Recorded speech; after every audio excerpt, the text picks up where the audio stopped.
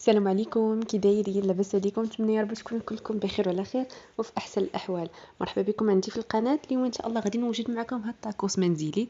صراحه كيجي لذيذ بزاف وكيجي زوين، كيجي اكثر من رائع وكيجي احسن من ديال المحلات. غير تبعوا معايا الفيديو من الاول حتى الاخر باش تعرفوا على المقادير وطريقه التحضير. بالنسبه لهاد الطاكوس انا استعملت طاكوس ميكس ديال مخلط ما بين الدجاج والكفته. اول حاجه كنحتاج صدر ديال الدجاج.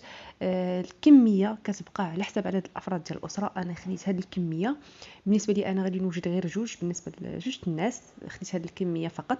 كنحاول نقطع هذا الصدر ديال الدجاج بهذا الشكل، بهذه الطريفات بحال هكا. كنخليهم شي شويه كبارين، ما كنحاولش نقطعهم صغيورين بزاف، لان كيعجبني صراحه ملي كنبغي ناكل طاكوس كتعجبني هذيك العضه نعض الدجاج، الطرف بحال هكا تحس بها هكا كبير، ماشي دوك الطريفات صغيورين. المهم كيبقى لكم الاختيار على حساب نتوما شنو كتبغيو.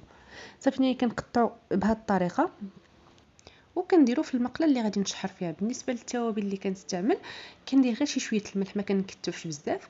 كنزيد عليهم شويه ديال الخرقوم، كنزيد شويه ديال التحميره، شويه ديال السكينجبير، كنزيد شويه ديال الابزار، واحد المعلقه صغيره ديال الموطارد، ومعلقه كبيره ديال لاصوص ديال الصوجه. وغادي نزيد واحد 4 المعالق كبارين ديال زيت البلديه. تقدروا نتوما تستعملوا الزيت البلدي بحال هكا، ولا ديروا الرومي، ولا تخلطوا، ولا ديروا الزبده، المهم على حسب المتوفر، على حسب الاختيار ديالكم شنو كتبغيو. هنايا غادي نزيد الثومه بودر. بالنسبه للناس اللي ما كانش عندكم، اللي ما عندهمش ثومه بودر، تستعملوا غير واحد الرياس ديال الثومه، حكوه. صافي نيت تنخلط كلشي مزيان. انا هادشي غادي نطيبو مباشره لان ما عنديش الوقت. الا كان عندكم الوقت خلوه يترقد، هو قد ما ترقد مزيان واحد المده طويله قد ما كيجينا داك الدجاج ديالنا فتي وكيجي زوين. الا كنتو غادي ترقدوه ما ديروش فيه الزيت باش يشرب لكم هذيك التوابل ديالكم حتى تبغوا طيبوه وديروا فيه الزيت. صافي راه درتو فوق البوطه، راه بدات يدخلوا الطياب، راه تنديه ونجيبو بحال هكا باش دغيا يطيب معايا الدجاج. والعافيه تنكون شي شويه زايدها، ما كنديرهاش مهيله، انا درتها مهيله تيبقى يطلق لينا داك الدجاج الماء. صافي راه عندي الزيت بالزايد هنا. غادي هذاك الزيت اللي عندي هو غادي نخليه، غادي نحيد غير الدجاج ونخلي الزيت ها هو في بقى، هو اللي غادي نشحر فيه الكفته. يعني حتى حاجه ما غتضيع، نفس المقله ما غاديش نغسلها نهائيا، نفس المقله هي اللي غادي نشحر فيها الكفته ديالي ان شاء الله. صافي طيبت الدجاج، غادي نديرو في هذا الطبسيل باش نخويها ونطيب فيها الكفته. هنا الكفته حتى كتبقى على حسب داكشي اللي بغيتو، القياس اللي بغيتو. تقدروا تستعملوا سميتو، تقدروا تستعملوا الدجاج بوحدو اولا الكفته بوحدو، ولا تخلطوا بيناتهم. هنايا خديت واحد اما جوج البصلات بحال هكا متوسطين اولا وحده كبيره. صافي تنشلضهم. انا استعملت الهاشوار، الا ما عندكمش الهاشوار تقدروا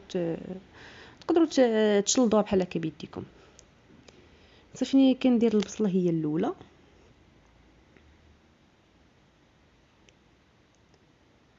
وتنزيد عليها الكفته ديالي. كنخلط كلشي من الاول، ما كنشحرش البصله وعاد نبدا نزيد على الكفته، لا كندير كلشي في خطره وحده كتجيني صراحه هذه الكفته ديالي زوينه.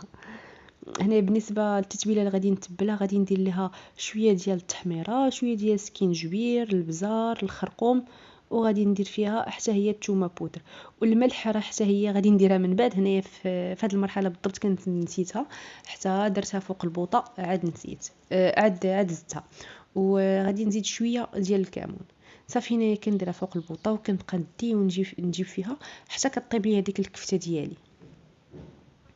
بالنسبه للكفته راه هي دغيا كطيب، ما كتشدش لنا الوقت بزاف، بحال الدجاج تا هو كيف ما تا هو دغيا كيطيب، الكفته هي دغيا كطيب لينا. صافي راه بدا كيدخل هاد الطياب. من بعد ملي غطيب ليا حتى هي بنفس الطريقه غادي نديرها حتى هي في التبصيل. هنايا اللي كنوجدها كنحطها حدايا في التبصيل باش نعرف شنو وجدت وشنو اللي مازال باقي ليا. هنا ملي كنت خدامه راه كندير كلشي في خطره، غير في المراحل باش كنقدم لكم هادشي كندير لكم كل حاجه بوحدها. هنايا البطاطا راه كنت درتها من قبل، قطعتها على شكل هكا ديال فريت. انا كنسلقها في الماء والملح وكنصفيها وكنديرها في الفران. هذه هي الطريقه ديالي في البطاطا، ما كنقليهاش نهائيا. صافي غير كنسلقها، من بعد ملي كتسلق كنصفيها كيف قلت لكم في الماء وكنديرها في هاد الطاوه ديال الفران، كنكون دهنها بشويه ديال الزيت. صافي كندير هكا الطيب، كتجيني صراحه زوينه وصحيه وما تخافوش منها نهائيا، ماشي بحال شي حاجه مقليه. صافي من بعد مني وجدت كلشي، ها البطاطا ديالي وجدات، شفتوها كيفاش جات، صراحه راه كتجي لذيذه بزاف. كنستعمل هذا النوع ديال الخبز ديال الطاكوس هو اللي كنستعمل. هنايا غادي نبدا نمونطي في الطاكوس ديالي. بالنسبه لي صوص، غادي نستعمل لاصوص ديال المايونيز فيت اللي موجوده معكم في القناه، وغادي نستعمل هذا صوص الجيريان، وغادي ناخذ حتى الكيتشوب.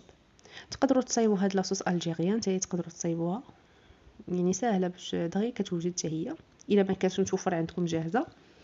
صافي نهاية كنخلط ما بين المايونيز والكيتشوب ولاصوص الجيريان. كنحاول ندهن هاد الخبز ديال الطاكوس ديالي كامل باش يجينا كامل فيه لاصوص.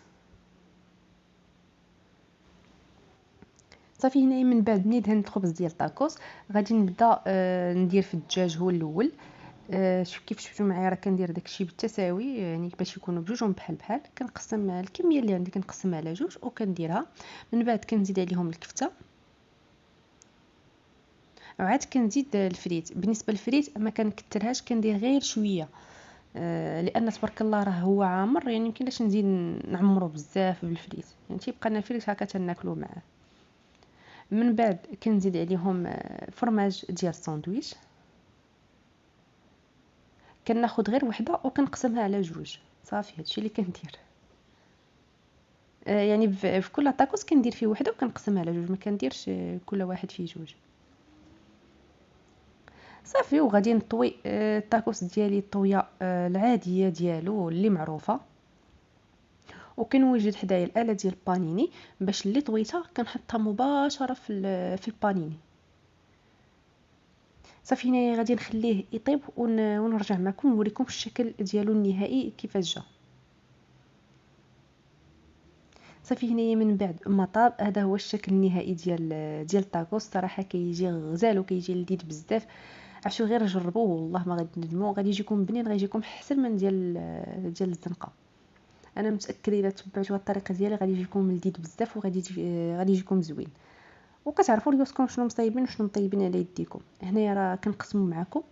شوفوا معايا تبارك الله كيفاش جا، شوفوا معايا تبارك الله شحال عامر. صراحه راه كيجي لذيذ وكيجي زوين بزاف. كنتمنى الفيديو ديال اليوم يكون خفيف ظريف على قلوبكم ويعجبكم، وما تنساونيش من لي لايك في الفيديو وتشتركوا معايا في القناه اللي ما اشتركش معايا في القناه، وتفعلوا زر ديال الجرس هكا باش يبقى يوصلكم اي جديد كنحطو. وما تنساونيش من التعليقات الزوينين، هما اللي كيحفزوه، هما اللي كيخلي الواحد يزيد شويه لقدام. وما بقى لي الا نقول لكم بالصحه والراحه، خليتكم على خير، نتلاقاو في فيديو اخر ان شاء الله. مع السلامه.